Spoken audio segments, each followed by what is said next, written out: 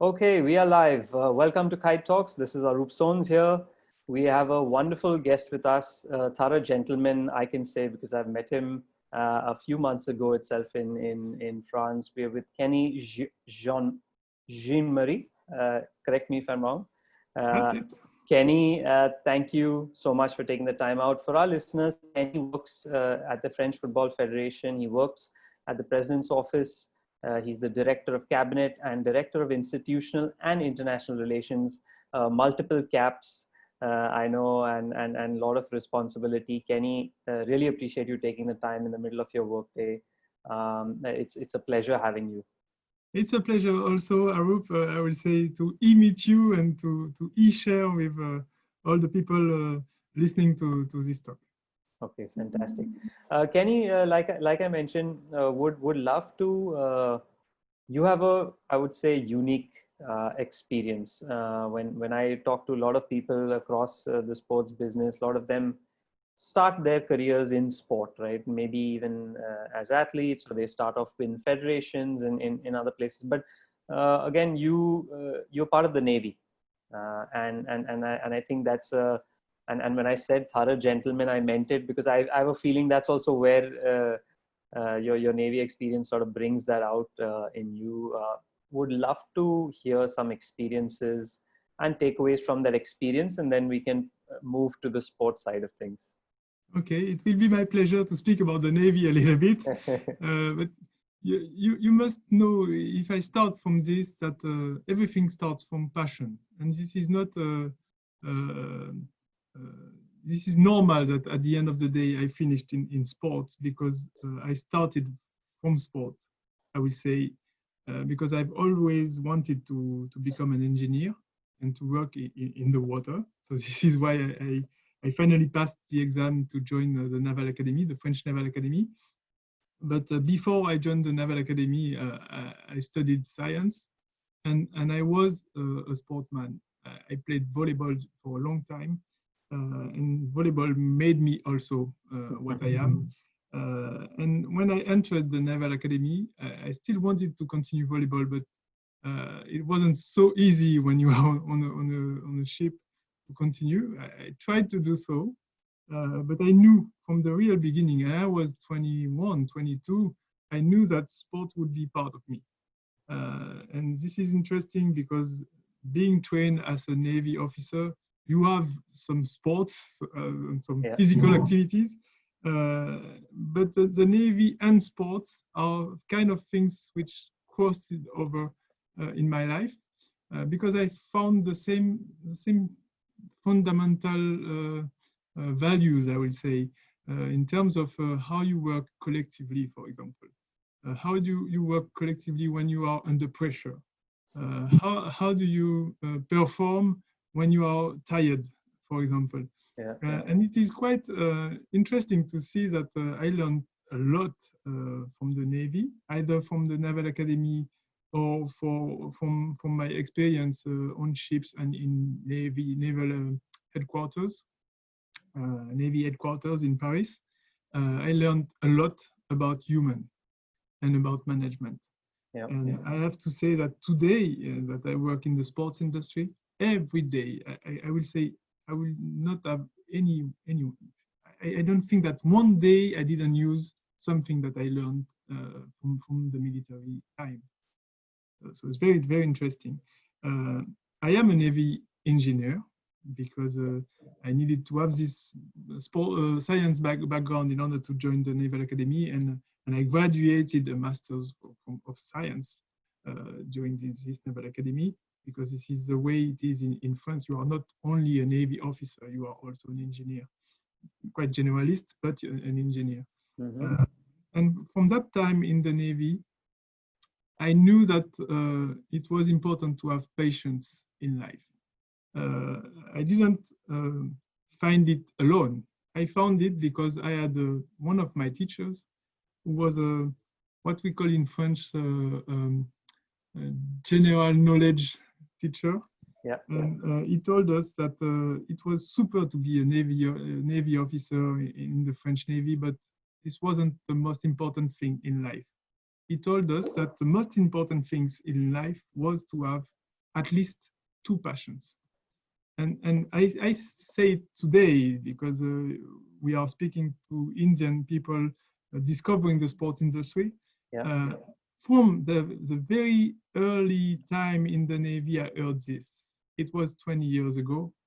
And I decided from that time that I wanted to know and to share my passion. 2 passions I had. The first one was sports. And the second one is still renewable energies. And particularly renewable energies based on the sea. So this is the second passion. We will not speak about it today, but the first one was sports. So from the age of 21, I knew that even if I was a Navy officer, I would one day work in the sport industry. That's fantastic. And I have to say that today, managing a team of almost 14 people at FFF, it is sometimes like if I was in the small ship that I was executive officer on in Guyana, in French Guyana in 2001, because it is a small team, but it is a fully dedicated team, dedicated to the mission, dedicated to delivering some things, delivering MOUs with international federations, delivering matches from French A national teams, delivering a lot of things. And being able to see it like a team in a ship, or see it like a project management team, this all of this is linked to the background as a Navy officer. And the last thing I will say about this is that I combine this background with the fact that I come from an island. I come from Guadeloupe, French West Indies, and coming from such an island explain the diversity of my pathway after, because when you grow in such an environment, it is a necessity for you to adapt. This is a necessity for you to go outside and see other people, to exchange with people from different culture, and not to think only about you. Yeah. So this is the reason why, for example, when you came to Paris, we met. Yeah. Because I found it important to see how you live in India and how you live sports in India. Mm-hmm. Oh, and I love how you put it, where, well, you draw the parallels of what you learned there to what you learn in sport, and I think that's I mean, coming from your first-hand experience, it's fantastic. Sure. So I'm very, very happy to have been able to join the sport industry, because in my pathway it wasn't so clear that it would end like this. We spoke about the Navy, but quite quickly I decided that I needed to get back to studies. Yeah. Because in theory I would be right now commanding a nuclear submarine, because it was my specialty. But after 4 or 5 years in the Navy, I saw that I missed something. So I wanted to study again about economics, about public finance, about diplomacy, about international relations, etc., etc. And this is the reason why I took some quite tough decision at that time, because when you enter the Navy, it is for a career. When you enter the Navy, it is in order to command some ships. For me, it would have been commanding a submarine, an attack submarine, and then a nuclear strategic submarine after 25 years. But quite quickly, I saw that I needed some more knowledge, because I wanted to learn. And it is very, very important for the people who hear us today. One of my true beliefs is that you never stop working and learning, I will say. And the only the principal thing that you have to keep in mind is that the more you learn, the more you continue to grow. And this is the reason why I quitted the Navy, in order to get back to Sciences Po in France and to prepare the National School for Administration. I'm gonna ask you a maybe it's a slightly personal question. Yeah. Um, you said those were hard decisions, right? When you decided to study, and was there pushback from the family, and or was there support? And because I imagine at that particular point, I mean, you're in the Navy, everybody's like, oh, okay, Kenny is headed for, I mean, that's the path, right? And suddenly you Yeah. say, okay, no, I'm going to take this decision to move out, study. There's certain, and some people don't understand those decisions, I would imagine. How Yeah. did you maneuver that? Or, I mean, if you want to maybe touch on that, because I think it's important. Yeah, you're damn right. Uh, the normality would have been to stay in the Navy and to go from one ship to another, and then to get your commanding time, etc. I have to say that I'm quite lucky because in my family, my family background is that my mother was a teacher and my father was a pianist, or is still a pianist. So I have the both side in my brain, and those two sides were quite liberal in a philosophical way of saying what you mean by liberal. Yeah. This is to say that when I decided that I wanted to become an engineer, my mother told me, "Oh yes, you want to become an engineer? No problem. What is the school you need to do to become an engineer in France? Okay, we need to do some prep school. Okay, so you will register. Okay, I register, and then I did it my way because she let me do it. Then the fact that I wanted not only to stay as a Navy officer, but I wanted to keep on learning was linked to this artistic part of my mind, which is to say, I want to discover this. How do you play this? Okay, and then my parents didn't prevent me from doing this and didn't prevent me from taking this kind of risks. And it wasn't even so as a risk. It was just a young boy trying to become a man and trying to discover life. And it is quite important to say that my vision of learning or going to the universities, etc., it is like if you are investing. For me, it is clear. It is an investment. Yeah. Okay, so I did it, and it was a tough decision and a risky decision, and I will say because say you the reason for this, because in France we have this huge vision of you go through this diploma, you go through this competitive exam, and then you enter this pathway, and then you do it, etc.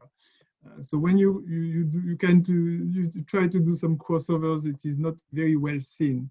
So if, for example, I didn't succeed in entering the National School for Administrations, this top high civil servant school in France, I would have been obliged to stay in the Navy, but I would have been my career would have been affected by this.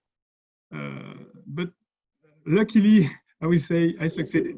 So I got out from the Navy and in the high civil service, becoming a sub-prefect. Yeah, so that was, I'm guessing, the segue for you to sort of move into the ministry side of things, right? Where you, I mean, where you started looking at sport governance, and you've also worked with the Prime Minister's office, and again, did you, if you look back, did you anticipate this, or again, was that just how your sort of pathway was built, and maybe just pull out some stories from that experience? I have some anecdotes, some tips. You know, when I did the National School for Administration, when I ended this period of time in Strasbourg, I chose the Home Ministry, Ministry of Interior. It was the ministry where I was supposed to work in, and I was supposed to be a sub-prefect and then one day to become a prefect.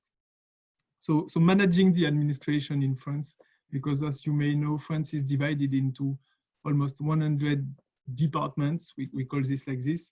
You've got states, we've got departments, and the departments are managed on a state point of view by public servants who are prefect.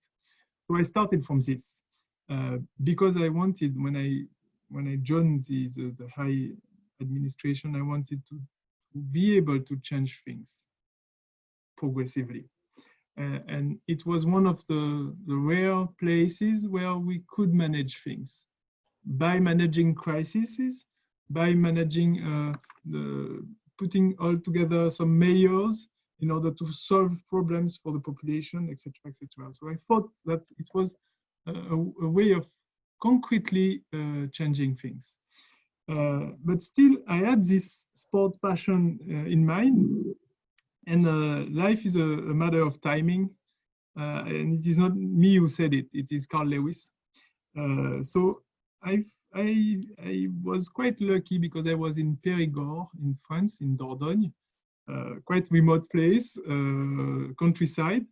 But we had the opportunity to welcome the French championship for how do you say it? Fencing, yeah. Okay. And at that time, the best fencing athlete in France, it was Guadeloupean like me. It was Laura Flessel. Mm-hmm. And it was her last championship because she was about to retire. And then in the department, nobody wanted to go and see the championship because it wasn't interesting for the prefect. It wasn't interesting for a deputy. It wasn't interesting even for the guy in charge of youth and sports for the state.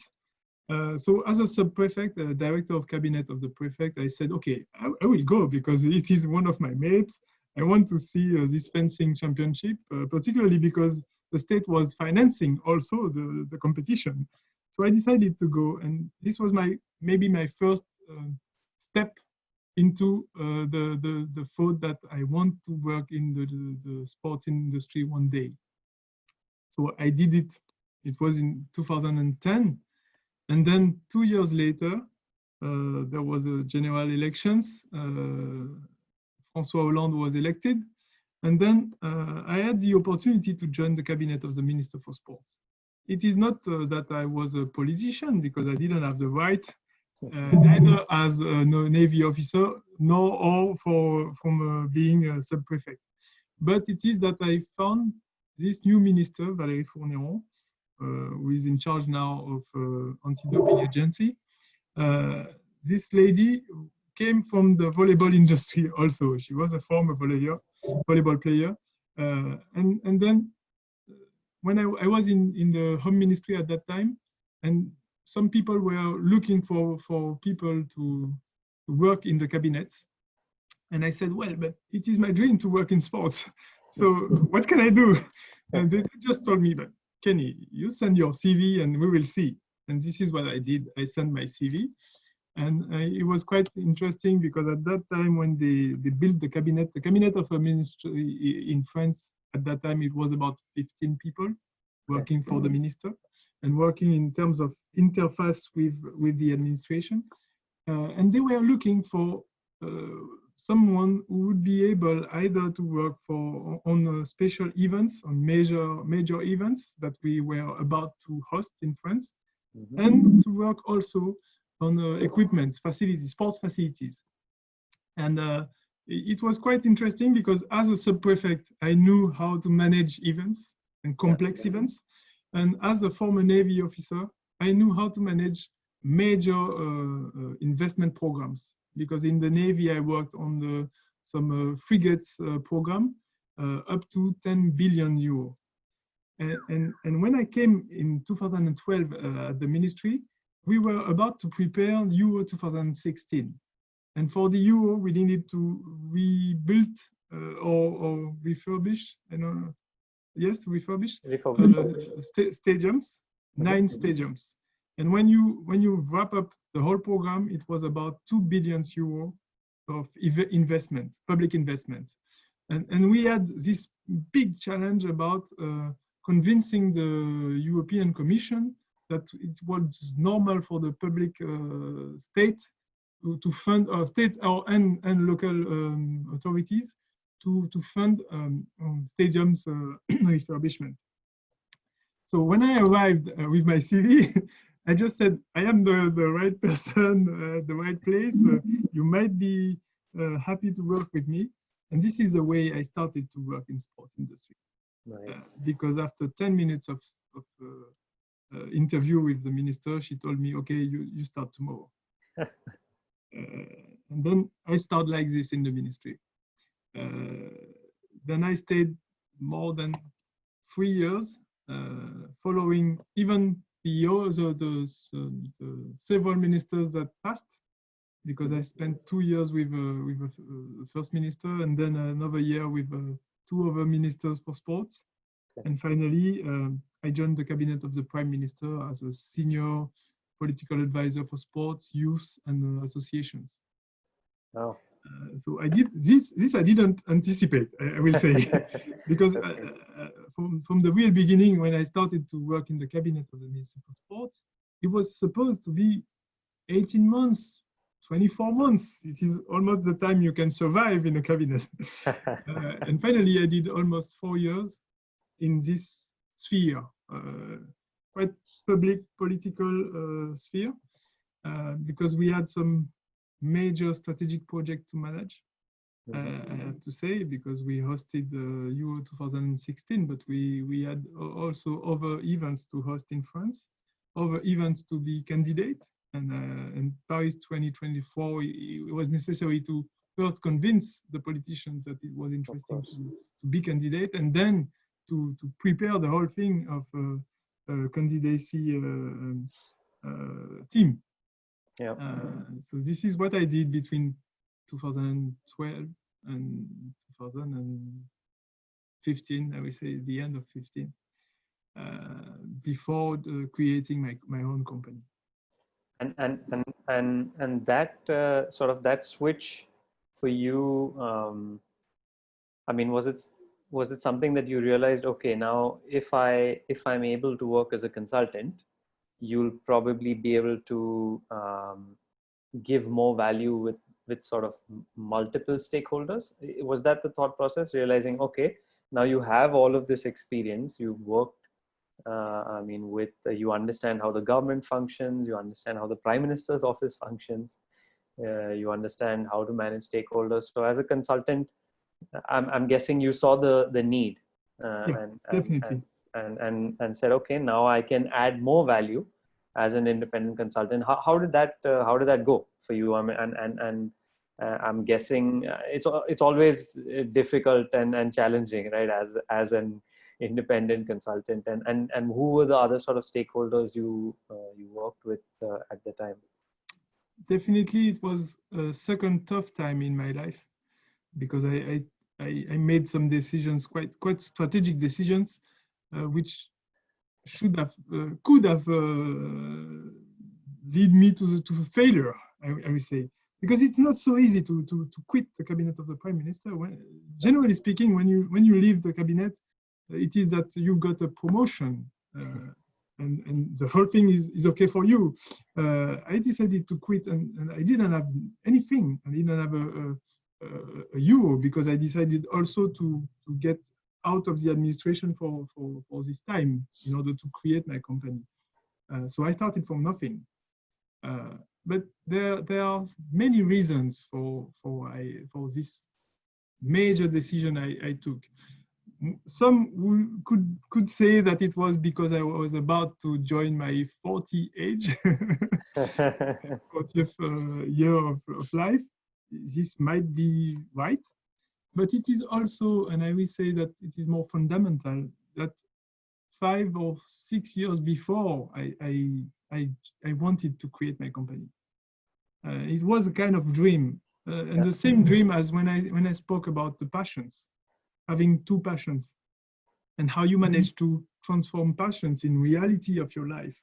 It is almost the same. I had this major goal in mind: create your own company. This is the first point. The second point is that during my time as a member of cabinet, as a political advisor, I discovered this industry, sport industry. In France, it is quite specific because the state has got a huge place in how we manage, how we organize sport, because there is what we call a public delegation from the Ministry for Sports to the federations.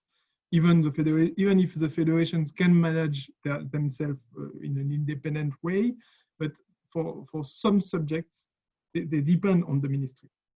And this is the reason why the ministry funds them. And this is also the reason why in our model, it is quite specific. The ministry gives them some human resources, which explains why the model is so pyramidal and why it is so replicable.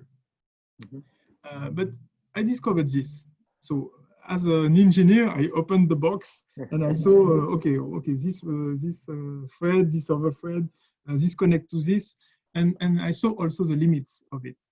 But progressively, I felt that this is industry, the sport industry.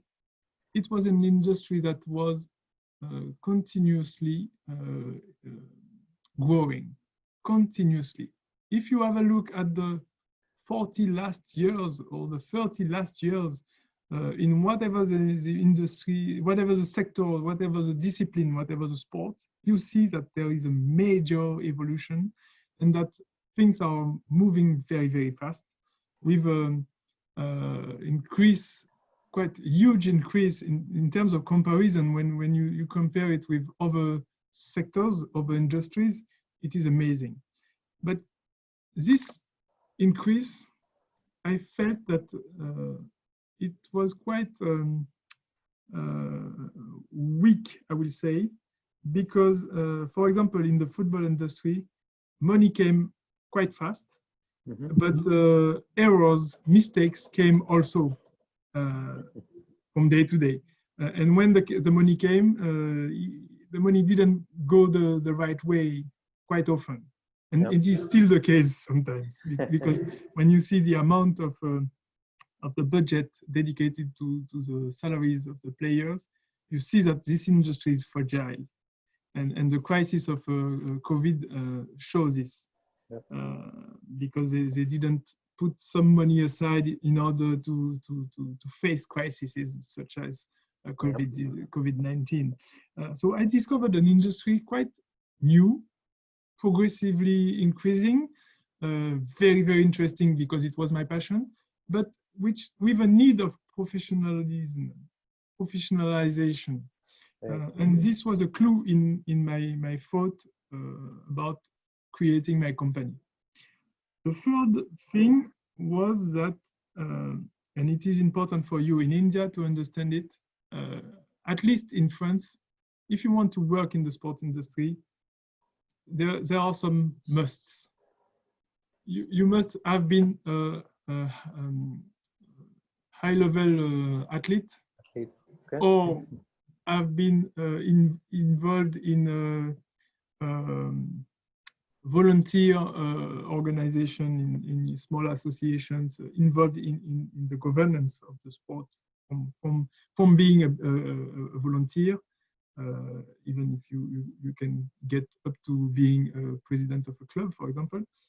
And the last way of entering this industry, it was to go and learn in some schools, some specific universities, with some specific diplomas.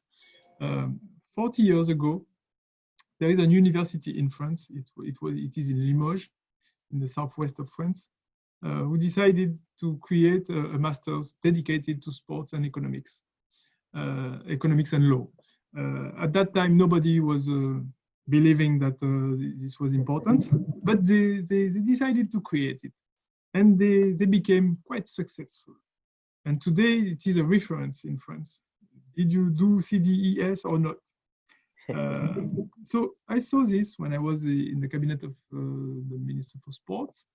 And I said, okay, well, Kenny, you were a former Navy officer, you did the National School for Administration, you did Sciences Po, okay, but if you want to work in this industry, as you didn't go professional playing volleyball, as you are not involved in the life of a club, the only solution is to get back to work and get back to learn.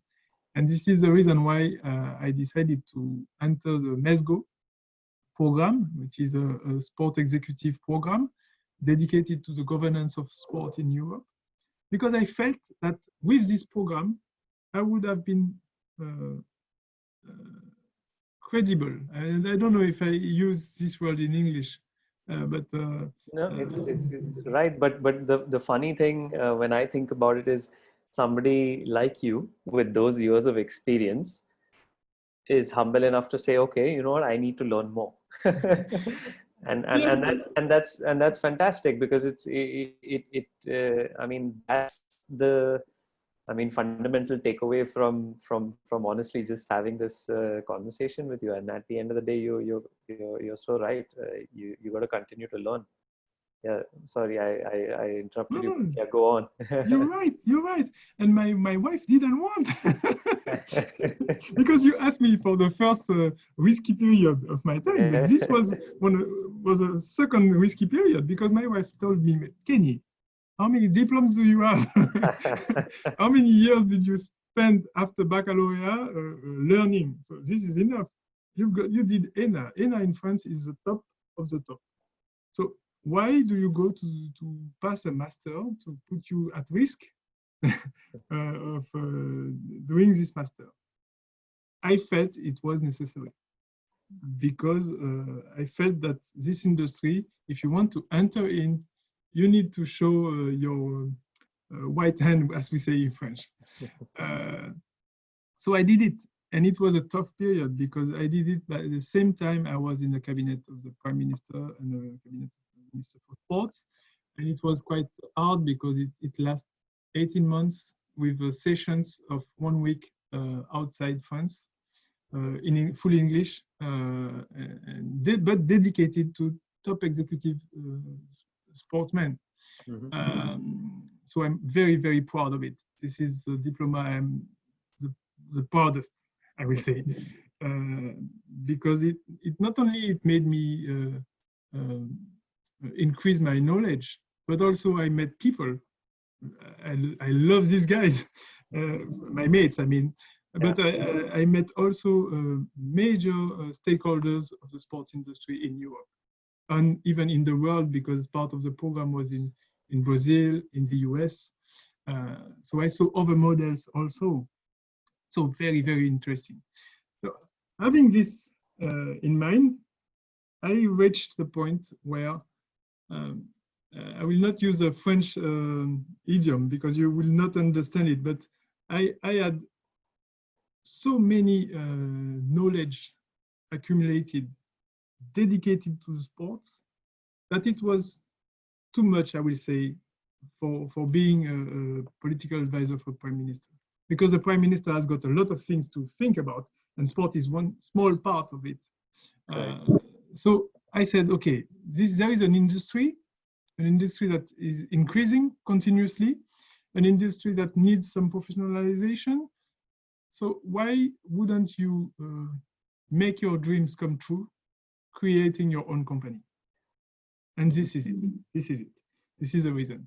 So I started from zero because I was a civil servant. I didn't know even how to create a company. This is another message that I want to pass to you because I said learning is important. Taking risks is important also. But trying to discover things you don't know is important. This is the real thing. So I tried it.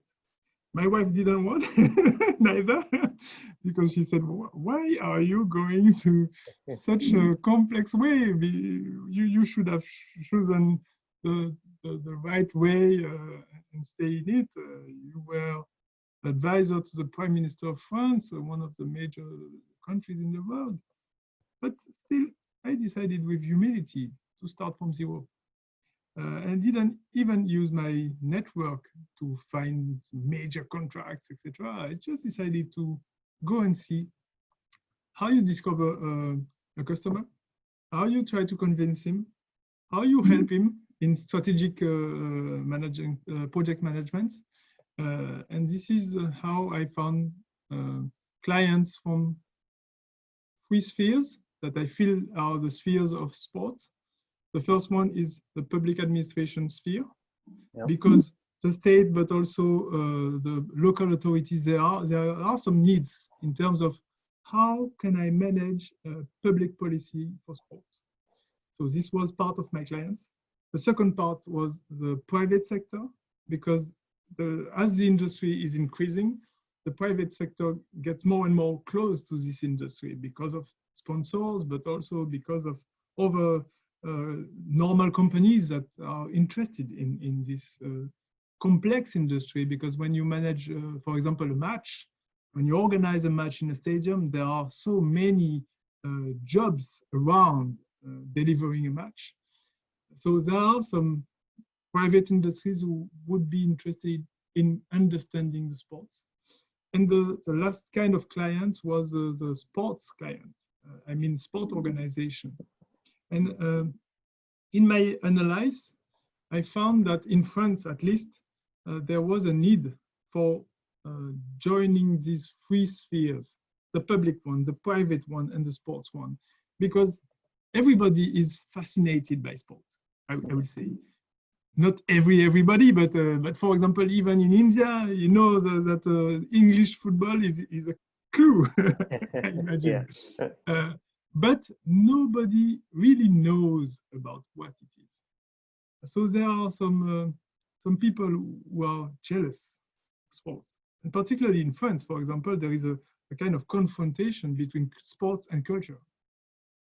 You've got people from the culture side who say, well, sports, it is not intellectual, it is not interesting. But they're jealous also because they see the money involved in the industry, etc., etc., and they see that on the social network, it is huge, the impact of a sportsman, etc., etc. But what I wanted to connect the free universe and to make them understand each other in order to continue make the system growing about the sport industry and make it be more professional.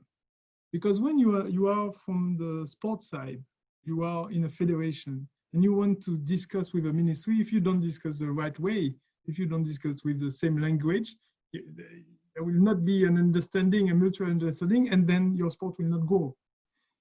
If you are not capable to speak to a sponsor or to speak to an agency in order to explain exactly what you want to deliver, this will not work. And from another side, if you're an investor and you want to buy a club, if you don't understand that in France, the administration is huge, you are in a mess, you see? So this is what I wanted to do when I created KGM Conseil. Nice. I'm sorry, I speak too much. No, and I was going to say I appreciate. I mean, you've given us more time than we hoped, and I know we're over time. But if you can oblige us with a little bit more, that will be. There is no problem. I'm yours. No, fantastic. So tell us. I mean, so now. The role that you're doing with the French Football Federation. I know you wear multiple hats, like I mentioned earlier, and again, it's a again fantastic time for French football. Of course, 2018 World Cup winners. I mean, you're at a fantastic place right now, and obviously also leading up to now. There's the Olympics being held in Paris, of course, and slowly but surely.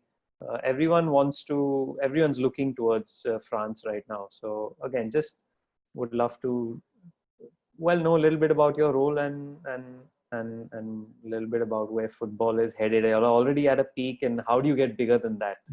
Okay. It is very difficult to stay at the peak. Yeah. Very, very difficult. But I have an anecdote about how I came in FFF. Because one of the first first sports president that I met when I joined the cabinet in 2012, it was the president of the French Football Federation, because we had a major issue with Stade de France, the major stadium in France, the national stadium, and we had to solve this issue, and the president didn't agree with the position of the minister, so it was a tough meeting, but as I discussed with him, I showed him that I knew the file, and I knew it very well. So I did at the end of the meeting, even if the meeting was a fight, at the end of the meeting there was something created, a kind of respect, mutual respect. And 4 years after, I am a consultant, and I get a phone call. Well, Kenny, I need a director of cabinet. I need a director of international and institutional affairs, and you're the guys for it. So this is the way it happened. Wow. And he told me, well, you are selling strategic advice. Okay, come and do what you are selling, but within the FFF. So when I saw that in this mandate of 4 years, we had to host the Women World Cup, I said yes. It took me a few minutes to say yes, because during my MESGO time, I worked on how to use a major event as a clue for strategic development of a federation. It was my thesis idea. And I took the example of the French Football Federation with the World Cup, the Women World Cup. So living it from inside, it was like living a dream. So I decided to join. And as you said, it is a multiple hat job, because depending on where you are, if you are in France, you say that you're the director of cabinet of the president. If you are internationally, you say that you are the director in charge of international and institutional relations. And these two I, international and institutional, are quite complex and different. I mean, it's been 3 months or 4 months since we started with this crisis of COVID, coronavirus. And I spent the last 2 months at home teleworking, but I think I never worked so much in a so short period of time, because the institutional part of my job was a clue in managing the crisis for FFF, because we had to deal, and we still have to deal with the government, with the parliament, with some local authorities and local authorities associations, with all this public or para-public sphere. And it was important for FFF to have this person capable of traducing what was happening, traducing the huge amount of laws and decrees that the government passed. So this is a part of my job that wasn't so important during the last 3 years, but it was important at some specific points. And this crisis was the point that made us discover how important it was. The other part, which is the international part, it might have been the most important in terms of strategies, building strategies during the last 3 years, because when I arrived, the idea was this: it was to develop a strategic plan, Ambition 2020, with some project, and within this project there was the project of developing either a new strategic position of FFF on the international scene, but also to develop the selling of our know-how internationally. So it was a kind of two legs strategy that I had to build, and this is what I spent a lot of time on, and this is the reason why I was always in a plane compared with the last period of coronavirus. Very, very interesting in discovering another part of the industry. No, I can imagine, because I think even when we had met, even that little time that we spent, I had enough of takeaways for me to think about for quite some time. I mean, in terms of just and I know that there's so much that a federation like the French Federation can give internationally. There's so much to learn, so much. I mean, at the end of the day, and the beauty of it is there's been success. So it's not that you're just again speaking out of experience, or speaking out of experience plus success. So which is great, and like you mentioned, the Women's World Cup as well. I mean, best ever tournament from a women's perspective, and that is I mean, hats off to you guys. Yeah, but you're right when you mention success, but you need to know, and this is very important message also I wanted to pass. You need to know that from success to failure, there is only one step, I will say. And I will draw some examples. If you remember well, 2010, South Africa, France was the shame of the world because of our national team. It was a shame, even a political public shame in France. The impact on the image of the federation around the world was terrible, terrific. And this was 10 years ago, okay? Yeah. 8 years after, we became world champion. So this is a lesson of humility, because 10 years before 2010, we were world champion and then European champion. Yeah. So you see that it is a kind of cycle. If you don't manage a lot of things, you can go from success to failure. So first, humility. Second, governance. After Nice-Na, there was a huge reshuffle of the governance of football in France. Huge. With major decisions in terms of how do we manage the top of the federation, the executive committee, about who do we hire as a director in the board of directors, about how we manage the relations between the top of the federation and the regional organizations and the clubs. How do we share the new money that arrives in football, etc., etc. And starting from here, in 2010, some decisions were made. For example, I will draw one example, the example of education. Because part of the failure in 2010, it was the behavior of the players. And the behavior of the players, it didn't just appear as individuals. They were made and built by the FFF processes. The schools, the football schools, the football academies, the club, the professional club academies, etc., etc. So what we decided to, I wasn't there at that time, but the decision was made to create what we call the PEF, the Educative Federal Program, which is a file, a big file that you can find online. So we built this. And it is available for all the educators in the clubs where there are young boys and girls playing football. And within this program, there are some subjects, some topics like citizenship, like behavior, discrimination, etc., etc., health issues, etc. So we decided to build something in order to create not only players, but men and women with a kind of sense of what they are doing in playing football. And what is interesting is that the first generation to pass through this, it was a generation of Kylian Mbappé. Because when Kylian came to Clairefontaine, he was in deep in this thing at that time. And 8 years after, you become world champion with one of the youngest players in the world. Yeah. This is it. This is it. From failure to success. Fantastic. Kenny, it's been absolutely wonderful.